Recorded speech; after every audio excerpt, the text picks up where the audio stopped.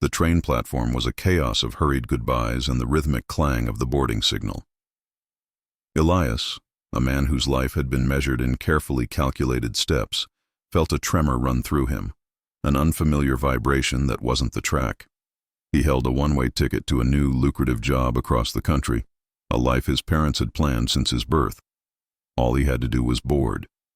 Then he saw her. A young man, little more than a boy, was frantically pointing at a large, battered red suitcase being loaded into the baggage car. "Boy, your ticket. There is a person in that suitcase," the baggage handler scoffed, dismissing him with a wave. "You must be mistaken. You take it. Help me. Take your place." The handler was joking, but the boy's panic was real. "Well, no, wait. We can't leave right now. There is a girl in these suit—" The boy was cut off by a train attendant who was already urging him toward the door. Elias watched, paralyzed, as the boy was ushered onto the train, still protesting, still pointing. Elias moved, a sudden sharp jolt of pure instinct. He didn't know the boy or the girl, but the sheer terror in the boy's eyes was a mirror to a part of Elias he thought he'd long buried, the man who had not taken the safe path. He grabbed the nearest attendant. Hey, no, you can't go now, because you are scaring the other passengers," the attendant cried, trying to push him back. "Oh, what are you talking about? No, we need to call the police right now. I'm canceling your ticket." Elias pulled his ticket from his pocket, tearing it in two. The attendant stared, momentarily stunned. Wait, let's go. Listen, I swear there is a girl inside. Hey, ma'am, wait. Please, wait." Elias rushed past him toward the baggage car, where the handler was still securing the door. A portly gentleman on the platform, trying to be helpful, intercepted him. "Hey, lady, let me help you with this suitcase," he offered, reaching for the heavy red bag. He placed it down. "Take a seat, please," he instructed, pointing to a bench, mistaking Elias's urgency for exhaustion. "Thank you," Elias muttered, his eyes glued to the case. "I wanted to save the girl locked in the suitcase, but I didn't know that I wouldn't end up there myself." The train's mournful whistle blew. The doors hissed shut. The train began to pull away. The bag handler turned back, finally noticing the disruption. "What are you doing here?" he grumbled. "Trying to save you." Elias shot back, lunging for the suitcase. "Oh, too late! It should be down while I was free," the handler yelled, wrestling the case away from him and securing the compartment door. Elias was too late. He stood on the platform, the red suitcase disappearing down the tracks, and the weight of his torn ticket in his hand, the sudden, irrevocable loss of his normal life. Hours later, the platform was deserted. Elias sat on a bench, staring at a discarded newspaper, the headline mocking his ruined plans. A shadow fell over him.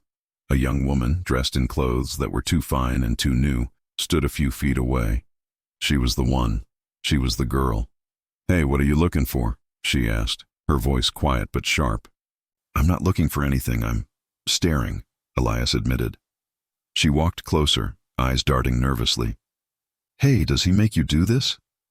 "Either I do this or tomorrow he will leave me without food," she replied, her face suddenly hard. "Listen, why do we put up with this? You're old enough to be your father." "But he is my father," she whispered, the words a hammer blow. Elias reeled. "Okay, so?" A sudden sharp bark shattered the tense silence. It was a small, yapping terrier, trotting purposefully toward them. "Do you hear that?" She tensed, ready to bolt. "Wait, oh no, what an idiot! Look out, a dog! Here, no, wait! Hi, sweetie, don't do that!" Elias recoiled, scrambling backward. The girl stared at him, bewildered. "You were acting like a superhero a moment ago, and now you're afraid of a dog." "Hi, sweetie, I'm not afraid. I'm an allergic." Elias stammered, his hand flying to his throat, a sudden cough catching in his lungs. Wait a minute. I'll help you. I'll find I'll find first aid kit." "Open it," she said, pointing to a utility closet by the ticket booth. "What? The door? I can't. It opens from the outside," he wheezed.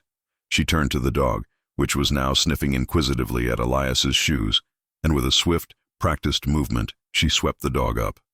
"Open it," she commanded. I couldn't save her alive, but mine was now in her hands. She carried the dog with one arm and fumbled with the lock on the closet with the other. Once inside, she turned, her composure completely returned. Don't be afraid. You have so much medicine that you can open your dog shelter. She had a dry, ironic wit that was immediately endearing. What? How have you done this? He managed, rubbing his eyes. Don't ask and you'll know. I returned all the jewelry. However, since I want to be able to get food for this, she held up the little dog. I had a few snacks. Nice. Elias realized she hadn't just been a victim, she had been plotting her escape. Okay, wait a minute, wait a sec, I have something. One moment. Elias reached for the small backpack he'd been clutching. He pulled out a small, plush velvet bag. There is a bunch of expensive chocolate candies in this suitcase. She grinned, a genuine, joyful smile that transformed her face. Oh yeah, we'll have them for dinner. They sat together in the dusty, half-lit closet, sharing the rich, dark chocolate. The small dog, nestled safely in the girl's lap, watched them with bright, intelligent eyes. Oh, I'm sorry. Elias apologized, wiping a smear of chocolate from his cheek. I'm sorry, she replied, a mirror of his action. A long silence settled between them, a silence heavy with untold stories and shared danger. Thank you for saving my life, she finally whispered. Thank you for having tried to save mine, Elias replied, the words meaning so much more than the simple rescue attempt. Why in the bus station? She asked. Because I don't see miracles in my future, he said, staring at the concrete floor. But a miracle happened between us at that moment. She asked him to tell her about his normal life. He described the business degrees, the corporate ladder, the engagement to a woman who was suitable. And I thought that this normal life was so boring until I met her, he admitted to himself. He opened his backpack again. And this? He pulled out a large envelope. There is a ticket and money for a new life given me by my parents. He gestured toward her. And in that suitcase is the life my father took from me. I have to do something for you, she said, her expression earnest. The only thing you can do is... He trailed off, suddenly shy. She understood.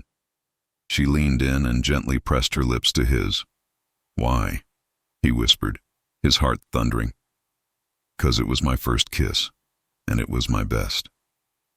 I don't want this night to end, he confessed, pulling her close.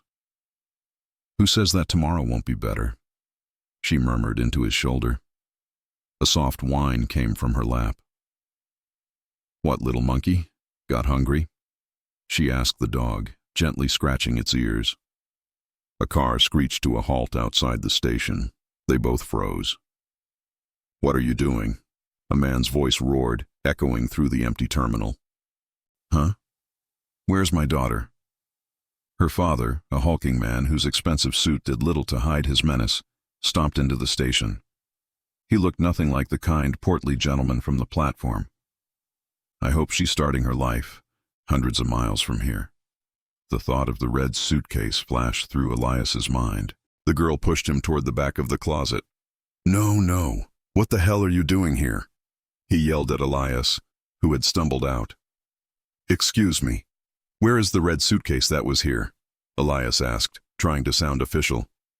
It was taken a long time ago, so get out of here before I call the cops. The father snapped, his eyes still frantically searching. He didn't recognize Elias from the platform. He only saw a strange man with a backpack.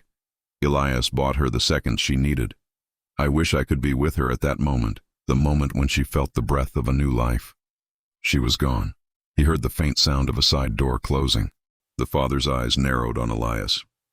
Now, you can start a new life. America goes to heaven. Forget your suitcase in a taxi. No time. You have to go without it, he hissed, grabbing Elias by the collar. What? Are you getting on the bus or not? Elias yanked himself free, grabbing his bag. I hoped she could start a new life and maybe there would be a place for me in it.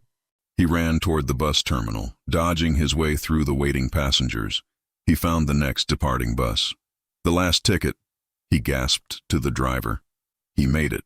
He rode the bus for 2 days, the scent of the girl and the fear of her father fading with every mile. He searched every bus station, every cafe, every phone booth. She wasn't there. Perhaps it will be even easier for her to start her new life alone, he thought, a familiar ache of loneliness settling over him. He was in a small, nameless town, walking past a dusty dog park, when he heard a familiar, sharp bark. She was there, not alone. She was surrounded by a dozen stray dogs, feeding them from a sack of kibble. She wore a simple t-shirt and jeans, her face smudged with dirt, and she was radiant. And beside her was the little terrier. "You better take them out," she called to Elias, a wide, challenging smile on her face. "'Cause she is going to live with us." She pointed to the little dog. Elias stopped, his breath catching in his throat. "Oh," he said, walking toward her, his journey suddenly, miraculously over. "So, we will live together?" She laughed, a full, genuine sound. "I don't want to start a new life if you and that God-forsaken dog aren't in it." He dropped his backpack, the life his parents had planned for him finally, truly, left behind. He had tried to save a love he didn't even know existed, and in the process, he had found his own.